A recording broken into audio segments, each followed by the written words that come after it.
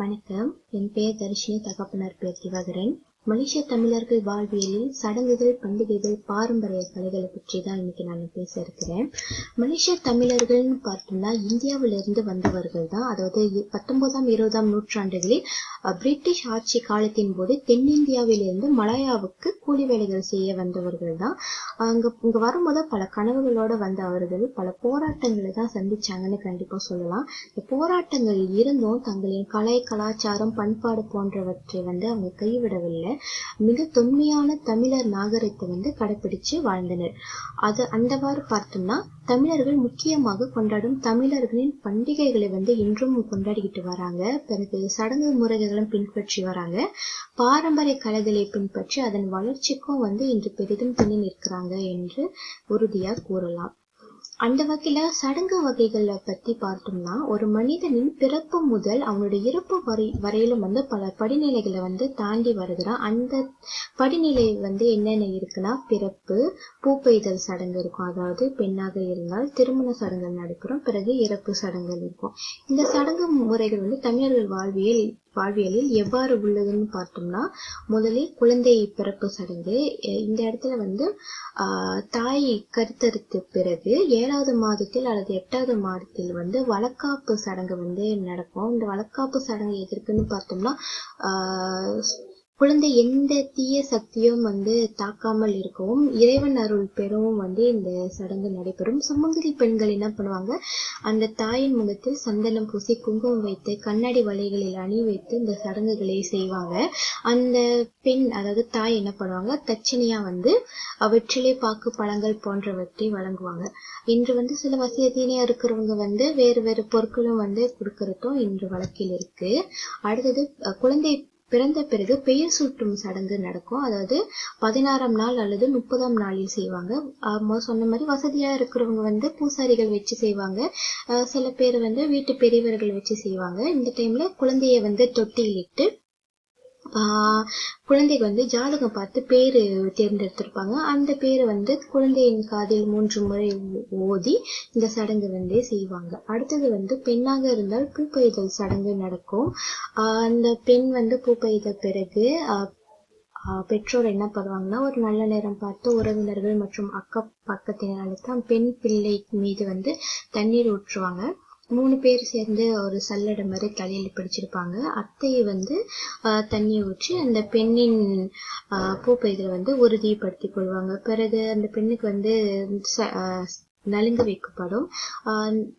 உறவினர்கள் சீர்வரிசைகள் கொண்டு அந்த பெண்ணுக்கு கொடுத்து இந்த சடங்கை செய்வாங்க. பிறகு அந்த பெண் மாமனாக தாய் மாமன் ஒரு ஓலை குடிசை செய்வாங்க. அந்த குடிசையில அமர வைப்பாங்க. பிறகு அந்த பெண்ணுக்கு சத்தான உணவுகளும் உறவினர்கள், பெற்றோர்களால வழங்கப்படும். அடுத்தது திருமணம் சடங்குகளை பத்தி பார்க்கலாம். இதுல ஒரு திருமண சடங்கை பத்தி தான் பேச போறோம். அதாவது வைத்திக திருமண சடங்கு.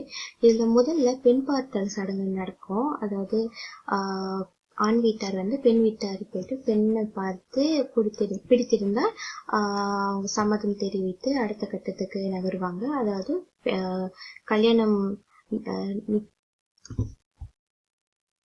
கல்யாணம் உறுதி பண்ண பிறகு வீட்டில் பந்தக்கால் நடுவாங்க. இந்த பந்தக்கால் முடிச்ச பிறகு வீட்டில் ஆண் வீட்டிலும் சரி பெண் வீட்டார் சரி நலுங்கு வைப்பாங்க. அங்கே நலுங்கு வச்சிட்ட பிறகு திருமணத்திலும் சில நலுங்குகளை செய்வாங்க. அதுல சில உதாரணங்கள் பார்த்தோம்னா, மணமகன் தோழனுக்கு கால் விரலில் பால், சந்தனம், குங்குமம், பூ ஆகியவற்றை மிஞ்சி அணிவிப்பார். அப்ப இந்த மணமகன் என்ன பண்ணுவாங்க, தோழனுக்கு நன்றி தெரிவிக்கும் விதமா தங்க மோதிரத்தை அணிவிப்பாங்க. பிறகு பெற்றோர்களுக்கு கன்னி காதணி சடங்கு நடைபெறும். இது பார்த்தோம்னா, மணமகளின் கையில் மஞ்சள் பூசப்பட்ட தேங்காய் கொடுக்கப்பட்டிருக்கும். அதனை மணமகனின் பெற்றோர்கள் தாங்கி பிடித்திருப்பர். அப்போ அந்த தேங்காயின் மீது மணமகளின் பெற்றோர் பால் விட்டு அதிகாரப்பூர்வமாக தங்களின் பெண்ணை மணமகனுக்கு கொடுப்பதாக உறுதி செய்வாங்க. இந்த ஒரு சடங்கு நடைபெறும். பிறகு தாலி கட்டும் சடங்கு நடைபெறும். இறுதியா சாந்தி முகூர்த்தம் சடங்கும் செய்வாங்க. அடுத்தது நம்ம இறப்பு சடங்கை பத்தி பார்க்கலாம். இறப்பு சடங்கு பார்த்தீங்கன்னா 2 வகையா நடக்கும். ஒன்று இறந்த அன்று நடைபெறும் சடங்கு, பிறகு இறந்த பிறகு நடைபெறும் சடங்கு. இறந்த அன்று என்னென்ன சடங்குகள் செய்வாங்கன்னா, பிரேத கொடியல் சடங்கு நடக்கும், அப்புறம் வாய்க்கரிசி இடும் சடங்கு நடக்கும், பிறகு குடத்தில் தண்ணீர் எடுக்கும் சடங்கு நடக்கும், பிறகு கோடி போடும் சடங்கு இருக்கும், அப்புறம் மயானத்திலும் சில சடங்குகள் செய்வாங்க. அடுத்து இறந்த பிறகு, அதாவது இறப்பெல்லாம் எடுத்த பிறகு 8ஆம் நாள் துக்கம் செய்வாங்க. பிறகு கருமாதி சடங்கு போன்ற சடங்குகள் தமிழர்கள் வாழ்வியல் நடக்கும். அடுத்து பார்த்தோம்னா நம்ம தமிழர்களின் பண்டிகைகளை பற்றி பார்ப்போம். பண்டிகைகள் முக்கியமா மலேசிய தமிழர்களால் 3 பண்டிகைகள் கொண்டாடப்படுது. அதாவது பொங்கல் பண்டிகை, தைப்பூசம் பண்டிகை, தீபாவளி பண்டிகை. இதுல பொங்கல் பண்டிகை பார்த்தோம்னா தை மாசத்துல நடக்கும். சூரியனுக்கு நன்றி கடனா இந்த பண்டிகை நடைபெறும். போகி பண்டிகை, அதுக்கப்புறம் வீட்டுல பொங்கல் வைக்கும் பண்டிகை, அடுத்தது மாட்டு பொங்கல், பிறகு கன்னி பொங்கல் என்று 4 நாள் மலேசியாவில் இந்த பொங்கல் பண்டிகை செய்யப்படும். அம்மா பெற்றோர்கள் பார்த்தோம்னா வீட்டு முன் பொங்கல் வைத்து சூரியனுக்கு படைப்பாங்க. சில பேர் இன்று அடுக்குமாடி வீடுகள் இருக்கிறவங்க வீட்டு சமையல் அறையிலே பொங்கல் வைக்கும் நிலைமை இன்று உருவாகிவிட்டது. அடுத்தது தைப்பூசம் பண்டிகை. தைப்பூச பண்டிகை ரொம்ப விமர்சையா இருக்கும் மலேசியாவில்.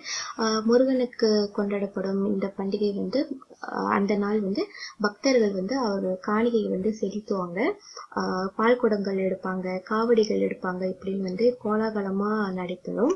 அடுத்தது பார்த்தீங்கன்னா தீபாவளி பண்டிகை. இது எல்லா தமிழர்களும் கண்டிப்பா கொண்டாடுவாங்க. அன்றைய தினம் கோயிலுக்கு சென்று பெரியவர்களிடம் ஆசீர்வாதம் வாங்கி உணவுகளை சமைத்து சாப்பிட்டு பட்டாசுகள் வெடித்து குடும்பத்தினரோடு சந்தோஷமா இருப்பாங்க அந்த தீபாவளி நாளன்று. அடுத்தது நம்ம மலேசிய தமிழர் பாரம்பரிய கலைகள் பார்த்தோம்னா 3 சொல்லலாம்.